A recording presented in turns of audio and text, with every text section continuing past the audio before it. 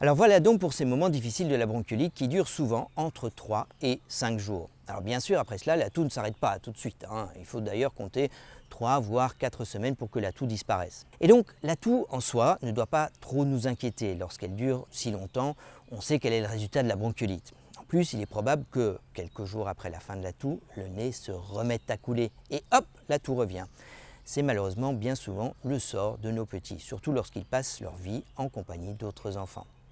C'est normal, la bronchiolite elle est causée par des virus respiratoires, je vous en reparle encore plus loin. Et comme il y a beaucoup de virus possibles, eh bien il y a aussi beaucoup de raisons pour tomber malade. Les enfants n'ont pas encore rencontré en effet beaucoup de virus dans leur vie et chaque fois qu'ils tombent sur un nouveau, eh bien hop, ils tombent aussi malades.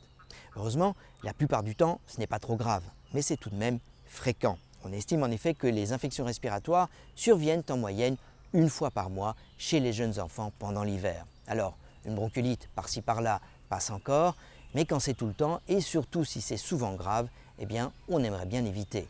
Alors qui est donc plus à risque en général de faire une bronchiolite?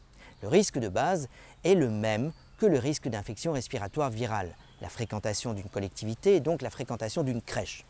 On a plus de chances en effet d'être plus souvent malade et donc de faire une bronchiolite lorsqu'on fréquente une crèche, avec aussi une tendance à faire des maladies plus sévères.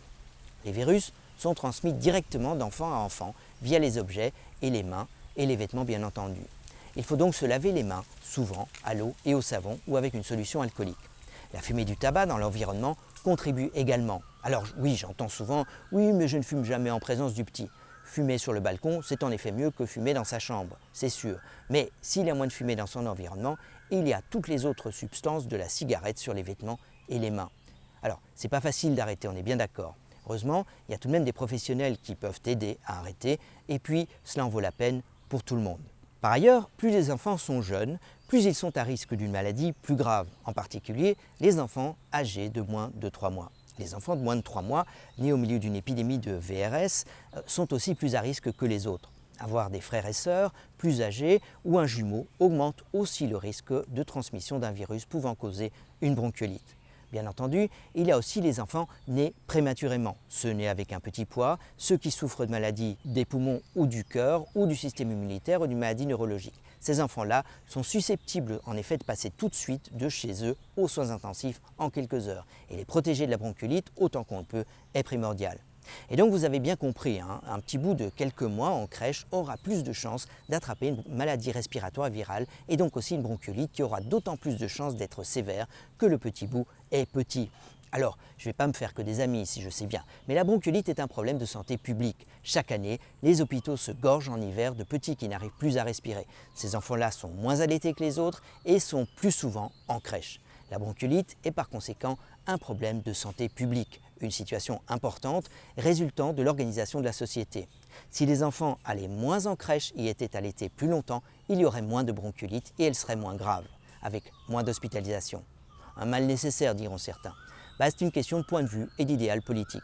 Parce que, bien entendu, l'allaitement s'arrête et la crèche commence parce que les deux parents, et maman en particulier, n'ont d'autre choix que de travailler à cet âge critique dans la vie du nourrisson.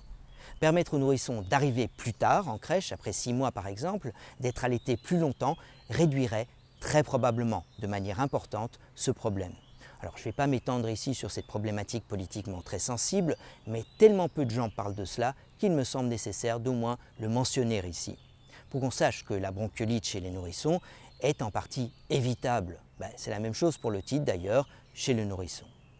Alors il n'existe pas actuellement de vaccin à proprement parler contre la bronchiolite. Les enfants plus à risque, comme les prématurés ou souffrant de certaines maladies cardiaques congénitales, peuvent bénéficier de l'injection répétée d'anticorps spécifiques contre le VRS. Le VRS, donc le virus qui cause le plus souvent la bronchiolite. Ce n'est pas une vaccination active, donc, et ces anticorps disparaissent rapidement du sang. D'où la nécessité de répéter les injections. On peut mentionner aussi le vaccin contre la grippe. Le grippe qui est aussi cause de bronchiolite d'ailleurs, et on peut administrer ce vaccin dès l'âge de 6 mois.